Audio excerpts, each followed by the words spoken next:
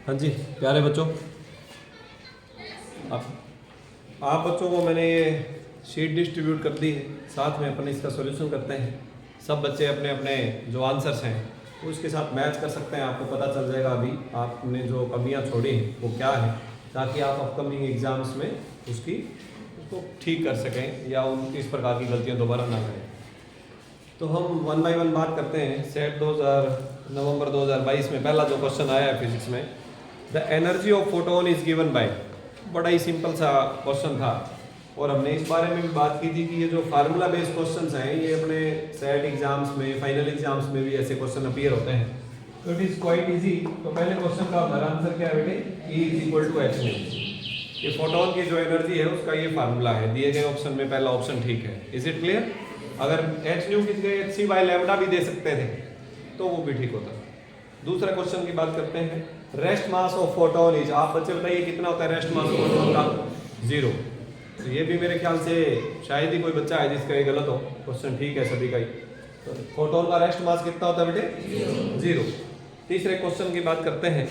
The phase difference between 2 points on same wave front. एक ही wave front है, उसके 2 points के बीच में फेज डिफरेंस कितना होगा बेटे? 0 फेज डिफरेंस होगा। Very good. नेक्स्ट क्वेश्चन है de Broglie wavelength associated with a moving particle. कोई एक पार्टिकल जो चल रहा है उसके साथ जो डी ब्रोगली वेव जुड़ी होगी उसकी वेवलेंथ का क्या फार्मूला है? Lambda is equal to h by mv। Day before yesterday हम इस बारे में बात कर रहे थे। मैंने आप बच्चों को कहा था कि this is an important formula और इस पर बेस्ड न्यूमेरिकल्स कई बार आते हैं। तो इवन न्यूमेरिकल नहीं आया तो डायरेक्टली हमारे पास फार्मूला ही आ गया है। ठीक है, तो ये भी सभी का ठीक है। एक छोटी सी गलती कई बच्चों ने जिस क्वेश्चन में करी है, Einstein got Nobel prize for explanation of, ये 4 ऑप्शन दे रखे हैं। भाई आइंस्टीन को इनमें से किस चीज की डिस्कवरी के लिए, एक्सप्लेनेशन के लिए नोबेल प्राइज मिला था? 1921 में मिला था बेटे आइंस्टीन को Nobel prize photo electric effect के लिए। किसके लिए मिला था? Explanation of photo electric effect. कई बच्चों ने इसमें E is equal to mc² लिख रखा है। हाँ ठीक है, वो भी आइंस्टीन ने इक्वेशन दी थी मास एनर्जी रिलेशन, लेकिन उसके लिए उन्हें नोबेल प्राइज नहीं मिला था। 1921 का नोबेल प्राइज आइंस्टीन को फिजिक्स के फील्ड में फोटो इलेक्ट्रिक इफेक्ट की एक्सप्लेनेशन के लिए मिला। बोलो बच्चे, बात समझ आ रही है कि नहीं आ रही? कोई डाउट है? आगे बढ़ते हैं क्वेश्चन नंबर 6 की तरफ। क्वेश्चन 6 में क्वेश्चन है essential condition for 2 sources to be coherent is. 2 sources के कोहेरेंट होने के लिए जरूरी बात क्या है? जरूरी बात यह है कि फेज डिफरेंस 0 या कांस्टेंट होना चाहिए। जो 2 सोर्सेज हैं उनके बीच में फेज डिफरेंस क्या होना चाहिए? 0 या कांस्टेंट। तो हम ये कह सकते हैं कि phase difference it should be either equal to 0 और constant. This is the essential condition for 2 sources to be coherent. तो 1 नंबर का जो क्वेश्चन होता है उसमें इतना लिखना काफी होता है, पूरी लाइन लिखने की भी जरूरत नहीं होती। सिंपली कई बार तो हम ये कह सकते हैं ये 1 वर्ड आंसर क्वेश्चन है, ठीक है, या 1 सेंटेंस तक आप इसे लिख सकते हैं। अगले क्वेश्चन की बात करते हैं। Right one factor eight which energy of photo electron depends.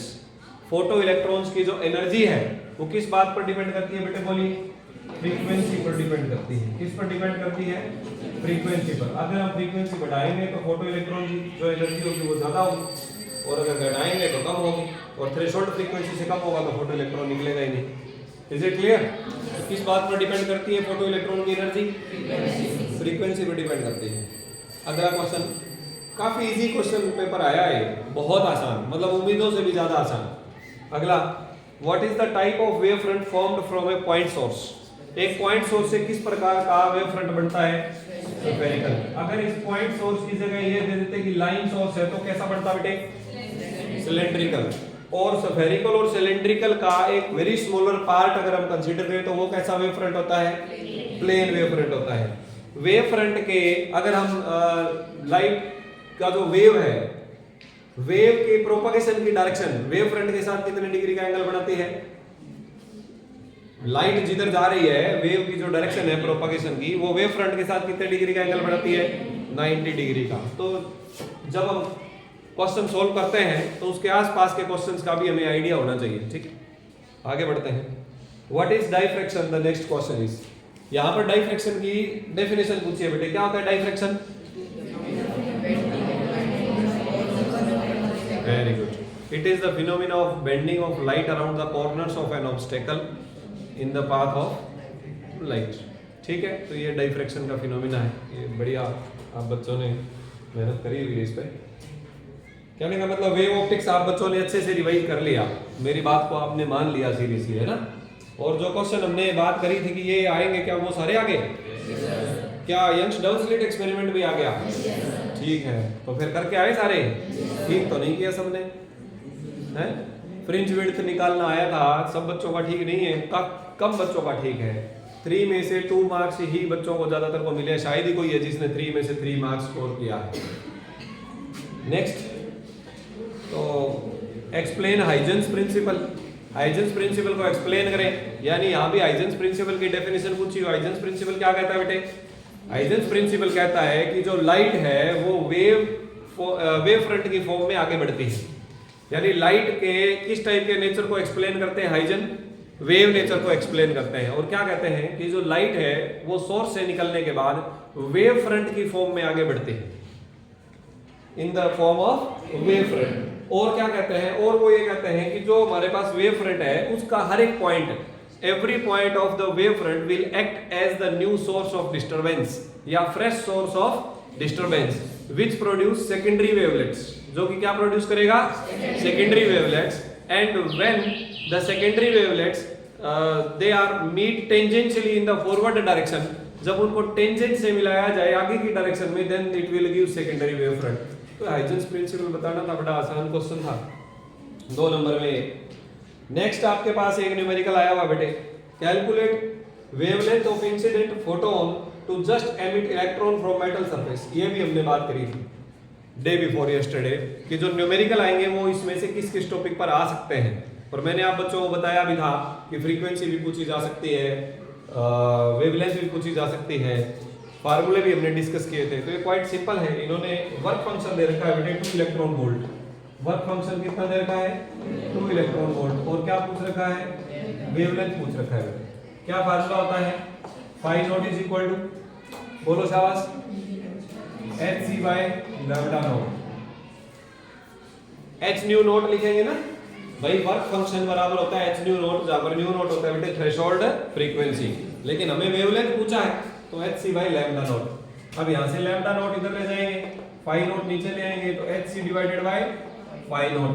h की वैल्यू पुट कर देंगे 6.63 × 10 रेज़ टू पावर -34, c की वैल्यू पुट कर देंगे 3 × 10 raise to power 8 divided by phi naught की value 2 electron volt. Electron volt को एक बार के लिए हम जूल में कन्वर्ट कर लेते हैं, इसमें कन्वर्ट कर लेते हैं, तो हमारा ये आंसर मीटर में आ जाएगा। आंसर किसमें आ जाएगा बेटे? मीटर में। तो lambda naught is equal to आ जाएगा, पहले 10 की पावर देखिए, 10 की पावर -34 प्लस का 8 और ये -19 भी ऊपर जाके प्लस में हो जाएगा, तो ये कितना हो जाएगा? 27 हो जाएगा प्लस का, इनटू क्या बच गया? 6.63 multiplied by 3 divided by 1.6 into 2। Clear हुआ?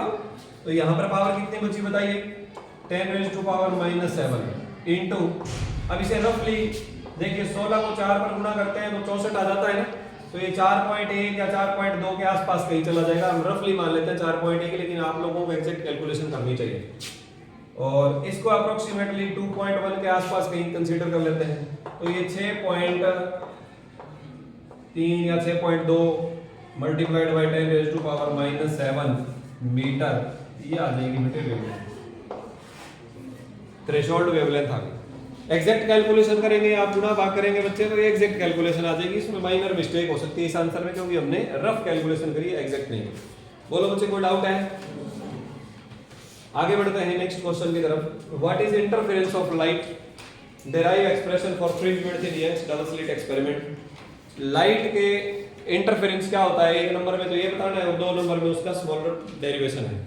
तो इंटरफेरेंस की डेफिनेशन बतानी है बेटे पहले। It is the process of redistribution of light energy when light coming from 2 coherent sources superimpose with each other, है ना, and it will produce maxima and minima. बहुत ज्यादा डिटेल में नहीं बताएंगे, तो भी डेफिनेशन सिंपली बताएंगे, 1 नंबर की डेफिनेशन है। उसके बाद है बेटे कि फ्रिंज विड्थ का डेरिवेशन करना है। तो फ्रिंज विड्थ के डेरिवेशन के लिए क्या करना है आपने? कंस्ट्रक्टिव और डिस्ट्रक्टिव इंटरफेरेंस के लिए जो पाथ डिफरेंस की या फेज डिफरेंस की जो फार्मूला है तो इसे निकाल लेंगे। अंडरस्टूड और नॉट? तो बताइए क्या फार्मूला है? पाथ डिफरेंस कितना होना चाहिए? एन लैम्डा होना चाहिए। पाथ डिफरेंस कितना होना चाहिए? N lambda. तो फिर फेज डिफरेंस कितना हो जाएगा? हाँ जी, अगर हमारे पास पाथ डिफरेंस लैम्डा हो तो फेज डिफरेंस कितना होता है? 2 पाई। तो अगर पाथ डिफरेंस एन लैम्डा हो तो कितना हो जाएगा? फेज डिफरेंस 2n पाई हो जाएगा। क्लियर हुआ? और हमें क्या करना है इसमें? फ्रिंज विड्थ का डेरिवेशन करना है। तो nth जो फ्रिंज बनती है उसकी डिस्टेंस में से n-1th का अगर आप माइनस कर देंगे तो हमारे पास फ्रिंज विड्थ मिल जाएगी। फ्रिंज विड्थ का क्या फार्मूला आएगा बेटे? Beta is equal to lambda D by D. क्या फार्मूला आएगा? Beta is equal to lambda D by D. आप भले ही इसे ब्राइट फ्रिंज के लिए करें, भले ही इसे डार्क फ्रिंज के लिए करें, दोनों के लिए एक जितना ही आएगा। ब्राइट फ्रिंज के लिए करना है तो कैसे करेंगे? दो डार्क फ्रिंज का जो फार्मूला है उनको माइनस करेंगे। nth डार्क फ्रिंज कहाँ बनेगा? माइनस n-1th डार्क फ्रिंज कहाँ बनेगा? तो दोनों डार्क के बीच में ब्राइट फ्रिंज मिलेगा ना। और इसी प्रकार अगर ब्राइट के लिए करना है तो इससे जस्ट होगा। ठीक है, तो ये 2 नंबर का डेरिवेशन है, छोटा ही करना था। पूरा यंग्स डबल स्लिट एक्सपेरिमेंट का डायग्राम बना के और पूरा नहीं करना था। डायग्राम कुछ बच्चों ने बनाया है, उनको भी मैंने मार्क्स दिए हैं, लेकिन हालांकि इन्होंने डायग्राम के लिए पूछा नहीं था। नेक्स्ट है using Einstein equation for photoelectric effect explain laws of photoelectric effect. Einstein की इक्वेशन को यूज करके फोटोइलेक्ट्रिक इफेक्ट को एक्सप्लेन करो। आइंस्टीन इक्वेशन क्या थी बेटे? कि जो मैक्सिमम काइनेटिक एनर्जी होती है किसी फोटोइलेक्ट्रॉन की वो कितनी होती है बेटे? hν minus φ0।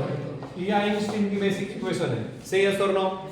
और फिर इसकी हेल्प से आप आगे ये भी बता सकते हैं कि इसको कन्वर्ट कर सकते हैं EV0 में। EV0 is equal to hν minus φ0। अब इसका यूज करके आपने लॉज को एक्सप्लेन करना है। तो देखिए φ0 वर्क फंक्शन जो है वो तो फिक्स है हर एक मेटल के लिए। क्या क्या बदल सकता है बेटे? फ्रीक्वेंसी बदल सकता है। फ्रीक्वेंसी बदलने से क्या इफेक्ट होगा बेटे? काइनेटिक एनर्जी पे इफेक्ट आएगा। अगर आप फ्रीक्वेंसी बढ़ाएंगे तो काइनेटिक एनर्जी बढ़ जाएगी, फ्रीक्वेंसी घटाएंगे तो काइनेटिक एनर्जी डिक्रीज हो जाएगी। तो कहने का मतलब है कि kinetic energy of photo electrons will increase if we increase the frequency of incident photons. दूसरा, अगर काइनेटिक एनर्जी बढ़ेगी तो बेटे स्टॉपिंग पोटेंशियल भी बढ़ाना पड़ेगा, उसे रोकने के लिए ज्यादा पोटेंशियल देना पड़ेगा, तो stopping potential will also increase. ये आ जाएगा। नेक्स्ट, इंसिडेंट लाइट की इंटेंसिटी अगर हम बढ़ाएंगे तो फोटो इलेक्ट्रिक करंट बढ़ेगा, फिर फ्रीक्वेंसी के ऊपर और स्टॉपिंग पोटेंशियल के ऊपर कोई इफेक्ट नहीं पड़ेगा। बस ये 3-4 बातें हमने बतानी थी। एक तो फ्रीक्वेंसी का क्या इफेक्ट है? काइनेटिक एनर्जी का बढ़ना एंड स्टॉपिंग पोटेंशियल का बढ़ना। और इंटेंसिटी का क्या इफेक्ट है? फोटो इलेक्ट्रिक करंट का बढ़ना। और इंटेंसिटी बढ़ाने से क्या चीज चेंज नहीं होगी? काइनेटिक एनर्जी चेंज नहीं होगी और स्टॉपिंग पोटेंशियल चेंज नहीं होगा। बोलिए, कोई डाउट है किसी बच्चे को? Any doubt to anybody?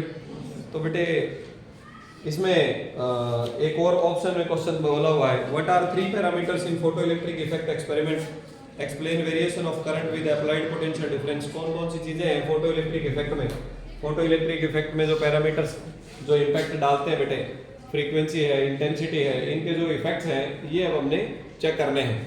तो जो ग्राफ है उनकी हेल्प से हम कर सकते हैं। ग्राफ आप सब बच्चों को पहले करवाए हुए हैं। फ्रीक्वेंसी का फोटो इलेक्ट्रिक करंट के साथ कैसा ग्राफ है बेटे? इधर मान लीजिए हम फ्रीक्वेंसी लेते हैं, इधर अगर हम फोटो इलेक्ट्रिक करंट लेते हैं तो फोटो इलेक्ट्रिक करंट पर कोई इफेक्ट नहीं आएगा फ्रीक्वेंसी का। लेकिन अगर आप फ्रीक्वेंसी का स्टॉपिंग पोटेंशियल के साथ देखेंगे, इधर हम स्टॉपिंग पोटेंशियल लें तो ये स्ट्रेट लाइन बन जाएगी। क्लियर हुआ कि नहीं हुआ बोलो? अगर हम इंटेंसिटी का फोटो इलेक्ट्रिक करंट के साथ ले लें, इधर इंटेंसिटी है, इधर हम ले लेते हैं फोटो इलेक्ट्रिक करंट, तो ये स्ट्रेट लाइन होगी स्टार्टिंग फ्रॉम 0। ये 0 से स्टार्ट क्यों नहीं हो रहा बेटे? क्योंकि थ्रेशोल्ड फ्रीक्वेंसी से स्टार्ट होता है। क्लियर है? तो कोई डाउट है बताइए? क्या ऐसा कोई क्वेश्चन था जो हमने, हाँ एक क्वेश्चन शायद इसमें रह गया, मुझे ऐसा लग रहा है, क्वेश्चन नंबर 7वां है ना? तो बोला क्यों नहीं आप बच्चों ने? मैं ज्यादा फ्लो में था। क्वेश्चन नंबर 7वां देखो बेटे, the wavelength of wave associated with electron accelerated by 100 volt. अगर एक इलेक्ट्रॉन को हम 100 वोल्ट से एक्सेलरेट करें तो इलेक्ट्रॉन जो निकलेगा उसकी वेवलेंथ कितनी होगी? ये डेविसन और जर्मर एक्सपेरिमेंट जो किया था ना बेटे, उसके अंदर ये फार्मूला डिराइव किया जा रहा है। तो यहाँ से हम ये जब फार्मूला डिराइव करते हैं तो लैम्डा इज इक्वल टू आ जाता है 12.27 divided bye √v। 12.27 divided bye √v angstrom. v क्या है बेटे? पोटेंशियल डिफरेंस जिससे इलेक्ट्रॉन एक्सेलरेट हो रहा है। अब 100 वोल्ट से इलेक्ट्रॉन एक्सेलरेट हो रहा है तो लैम्डा बराबर क्या आ जाएगा? 12.27 divided by √100। Any doubt? Lambda is equal to आ जाएगा बेटे 12.27 डिवाइडेड बाय रूट 100 मींस 10। 10 से जब आप इसे डिवाइड करेंगे तो ये आ जाएगा बेटे 1.227 एंगस्ट्रॉम। कई बच्चों ने यहाँ एंगस्ट्रॉम की जगह नैनोमीटर लगा रखा है, किसी ने मीटर लगा रखा है। आप लगा सकते हैं, लेकिन आंसर सबने यही लिख रखा है, ये गलत बात है भाई। जिस बच्चे ने गलती करी है वो गलती क्या कर रखी है कि आंसर तो यही है 1.227 और एंगस्ट्रॉम की जगह किसी ने मीटर लगा दिया, किसी ने नैनोमीटर लगा दिया। इससे ये भी पता चलता है कि हो सकता है आप बच्चे ने किसी एक ने गलती कर दी और दूसरे ने उसकी चीटिंग मार के बस वो सेम गलती कर दी। Any doubts? तो ऐसा आप बच्चों ने नहीं करना है। जो भी हमारे पास फार्मूला वगैरह हो उस पर ध्यान देना है, ढंग से काम करना है। क्लियर हुआ? तो ये था बेटे हमारे पास सेट एग्जाम का सॉल्यूशन। इसके बाद में आगे का जो सिलेबस है उसे अपकमिंग क्लासेस में स्टार्ट करेंगे।